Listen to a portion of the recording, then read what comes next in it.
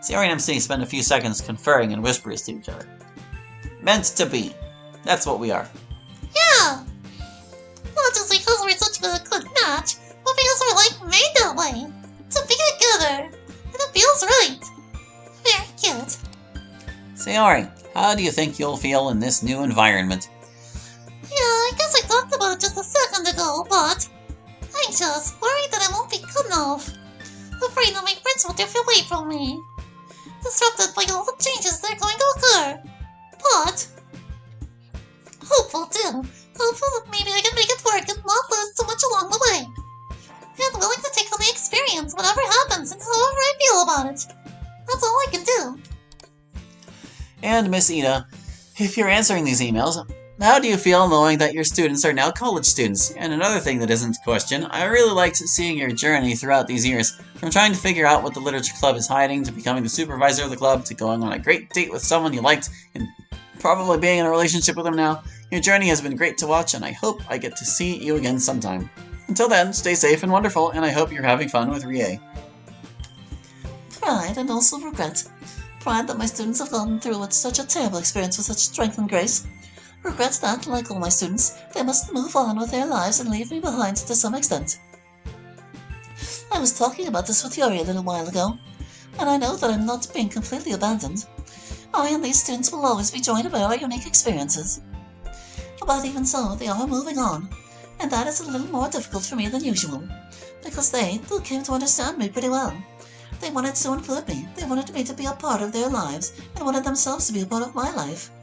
They wanted to be my friends. That doesn't really happen much with students. So yes, regret that we won't be spending as much time together. Thank you for your kind comments about my journey through these strange last few years. It was has certainly been an interesting ride from my perspective. And yes, I'm looking forward to working more with Rie. I think she's going to do fantastically. Alright, that's the end of that one. That's the end of that one, Natsuki. God, do I have to do it every time? I thought you wanted to. Fine, next! Whenever a club meeting ends, there's a text box telling all the usual stuff. Who is that? During episode 1 it says Monica is sleeping, implying it's not you. Is it just an AI or something else? Oh, that's the same voice that describes physical interactions that we take. Basically, that's just the game doing its thing. It's not really a person, or I guess from your perspective, a character. Probably better just to think of it as a process. If you're the club president, it's gonna even be hijacked by you. Like this. So yeah, not really an AI, just a coded part of the game is the best way to think of it. Moving along. But before that, I wanted to ask Natsuki something. I've been binging a show I used to watch called Cutthroat Kitchen. Have you heard of it and or seen it yourself? It's my favorite show. Most cooking stuff I'm not really interested in, to be honest. But I love Cutthroat Kitchen because it feeds my need for chaos. So I'm sure you'd enjoy both aspects. Imagine cooking with one arm literally tied behind your back, or blindfolded, or baking brownies in only paper bags and without cocoa powder. It combines cooking with a lighthearted sense of chaos and evil, so I'm sure you'd enjoy it. Right, so for this one, there was an intro to it that I had to cut out. Remember, when you write us, the idea is I'm going to show your email to the world. So it's best not to give out personally identifying information. I'll always cut it out if I find it, but please do protect yourselves. Now, on to the actual email, Natsuki. Yeah, I've seen a little bit of Cutthroat Kitchen. It's pretty fun.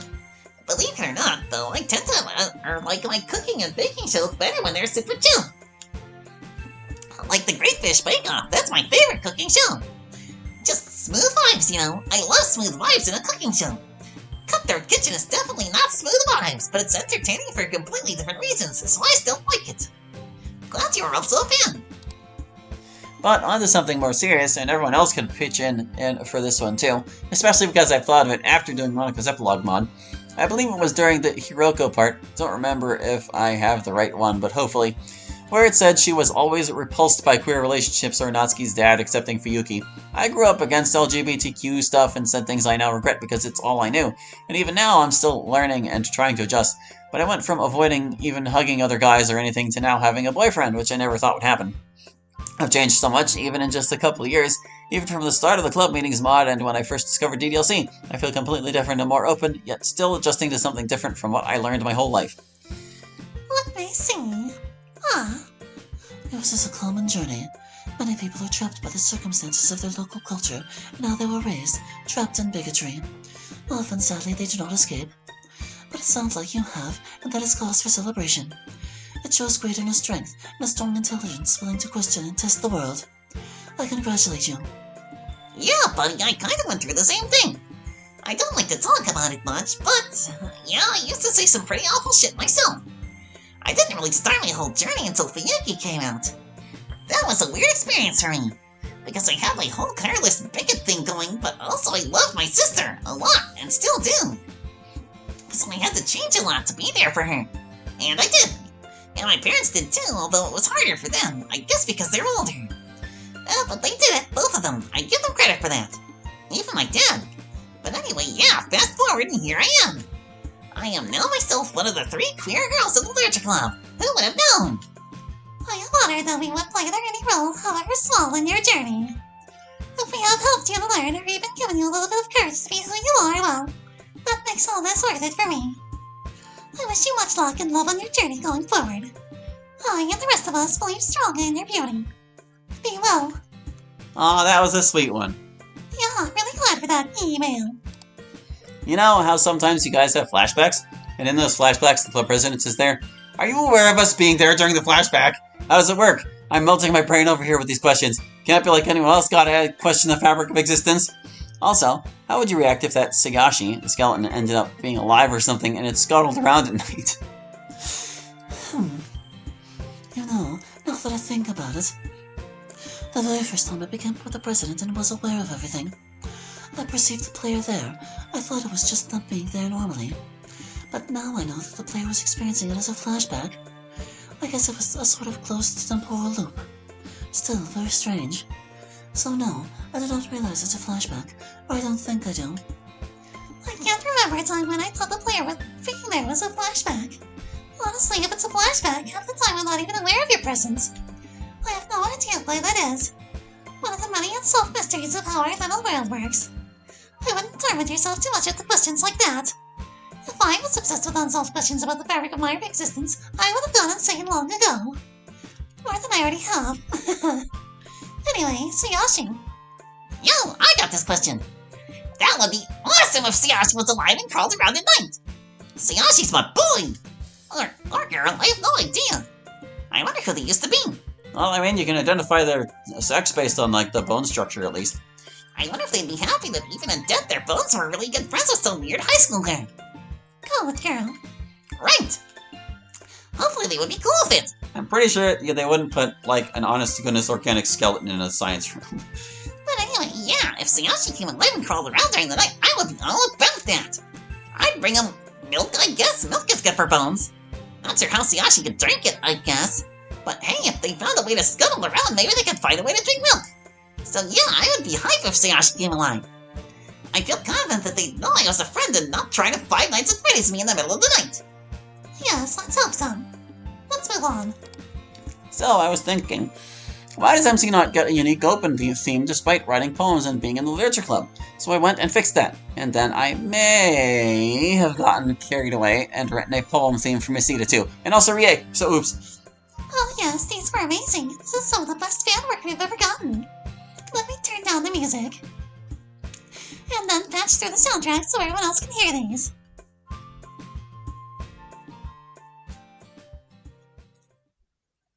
Perfect. Well, Rie's not here, but let's start with hers.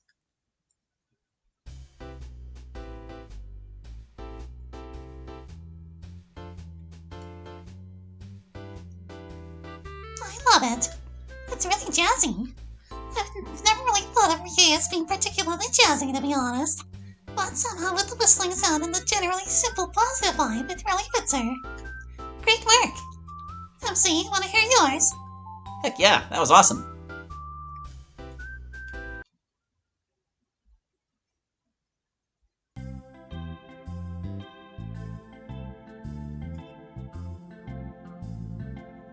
Yeah, I dig it. It has an interesting vibe to it. You got that organ in there, so I think of baseball. But also it has kind of a, I don't know, California surfer vibe to it. Well done. That leaves Messina. Hit me up.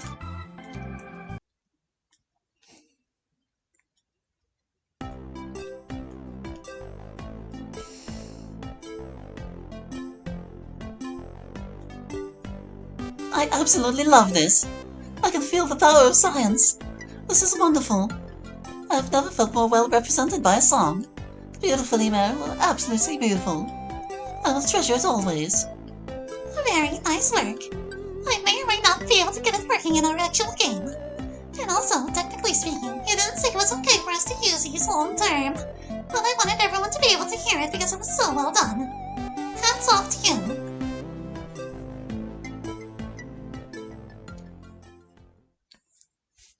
Oh, I wanted to keep hearing that. I'll send it to you. Awesome. Kind of sad that person didn't sign their email. Would have loved to sing their praises to others. Never too late if you want to email us again. Anyway, let's see the next email. Hi, Dokies. This is the first time I'm writing to you all. I'm super late, you know. My question is, does anyone of you play rhythm games? You guys even have a mod about you and Friday Night Funkin' called Doki Doki Takeover. Much love from Italy. Cisco. How did they get, like, a little blot in there? There was a blot on the email. I don't understand. I don't really play mods of our game, but this was an FNF mod, which is not the same thing. And let me tell you, man, it's weird to have boyfriend rap against, like, you personally. And against your girlfriend. Although I did really like how the game captured how pretty Yuri and Monica's singing voices are. And they got our personalities down pretty well. And there's one song where you play as me and you rap against Yuri. That's badass! Oh, also, I really liked Epiphany, which is a part where you go against Monica in her final Just Monica form. That was also badass. And hard. Not just because it was actually hard, which it was, but dude, Monica sitting at her table in a spacer with her damn Gendo pose? It's too powerful! It's, like, more powerful when you actually know her and live in this universe. Monica's scary as fuck sometimes, you guys, and making her a legit final boss gives her too much intimidation force. Anyway, I had a lot of fun with it. I've had some good outfits in FNF mods, too. You play the White Streets design? Love my fit in that. I should really expand my wardrobe. But yeah, good times. I also played Crypto the Necrodancer if you count that as a rhythm game. I'm such a moper in the Takeover mod. I don't really play many rhythm games. I tried the instrument games descended from Guitar Hero, but never really got into them much. I like kinda casual rhythm games like Muse Dash. I love Muse Dash. I want to try Beat Saber sometime, but I don't have a VR headset or anything. Maybe someday. Thanks for writing to us from Italy, Cisco. Ciao! And since Monica, Yuri, and Masita are just staring at us uncomprehendingly, next! MC, imagine if you were not dating Sayori, who would you say is the female literature club who blushes fully on the face of the cutest. Since then, it won't be biased to just Sayori. Lol. Good luck on getting out of this question, MC. Still wish that, as a viewer, that we didn't split the seams and went our separate ways, right? Signed, LJD. Oh, man. I'm still not sure I should answer questions like this. I mean, besides the fact that Sayori is my girlfriend and I don't want to spend a bunch of time talking about how other girls are cute, recent events notwithstanding, it just seems mean to be comparative about it and say, this girl looks cuter than that girl, even if it's just about blushing. Sayori's my girl and I'll be forgiven for saying she's the cutest. But past that, nah. I don't know. If I'm being weird and everyone else thinks I should just answer, I'll do it, but... Nah, base takes. Nothing against you, LJD. I get why you'd want to know how adorable we are, but it just puts MC in a tough spot, yeah? Plus, like he says, it's trying to raise some of us up and put others down. Yeah. Anyway, past that, no, I'm super happy I'm not you anymore. Not that there's anything wrong with you, you guys all seem cool. It's just that I want to be me, and not you. And I'm glad I got the chance to be me. Hey MC, I don't know that I've asked you in specific a question, but I have one that I'm really curious about. When you were making your mod, Club of Cthulhu, did you ever actually roll any dice or use a random number generator? Or did you decide the rolls yourself to tell exactly the story you wanted, or something in between? Thank you for responding. Bonus question. MC, how do you feel about Hot Pockets? Good, bad, messy? You might as well have stick up there, MC. So I see. So it was actually a mix. For most of the rolls, I knew what I wanted to have happen, so I just faked a roll. But sometimes I wasn't sure how things should go, so I actually rolled it. Like, for getting into the cabinet, I really originally wanted them to get in and see what was in there. But I couldn't decide, since that kind of spoils the story a little bit for a viewer. So I decided to let the dice tell the story like happens in a good tabletop RPG. So the answer is mostly the rolls were rigged, but there were a few that were genuine. As to Hot Pockets, I had to look up what those even are. It looks like microwavable bread filled with cheese and sauce and stuff. To be honest, it looks kinda gross and super processed. Yeah, that sums up Hot Pockets. Definitely not super enthusiastic about them. Hope that answered your question. Natsuki, Sayori, MC. I know you all like lots of different games, but what would be your #1 go-to game to play when you are stressed? Ooh, good question. When I'm stressed, it's gotta be Stardew. Stardew is so good for chilling you out. Nice little routine, chill vibes, it's like it was built to put you in a good headspace. So yeah, Stardew for sure. What about you, Sam? Recently, I played Breath of the Wild when I feel really stressed out. Not when I'm depressed, that's a different thing entirely, and I don't usually play games at all then. But for stress, Breath of the Wild. I know Tears of the Kingdom is out and all, but I don't have it yet. Soon, I hope. But for now, I just play more Breath of the Wild. It's really good. I know it's weird, but I really like my complex grand strategy games for stress relief. There's just something about putting your mind to a really complex series of problems to make you forget your other real problems. Which actual game that is changes. Right now it's Crusader Kings 3. Love it. But any giant strategy game can do the trick. I mean, it seems weird to me, but I ain't gonna game shame to each their own. Nah, it is weird. It's just a me thing, I think. Stardew is definitely a more sane choice. Or perhaps saner. Maybe too sane. Honestly, it's such a mainstream and predictable answer to that question that I'm shocked that I don't pick something else just to be different. But even I can't be counterculture about everything. Anyway, next!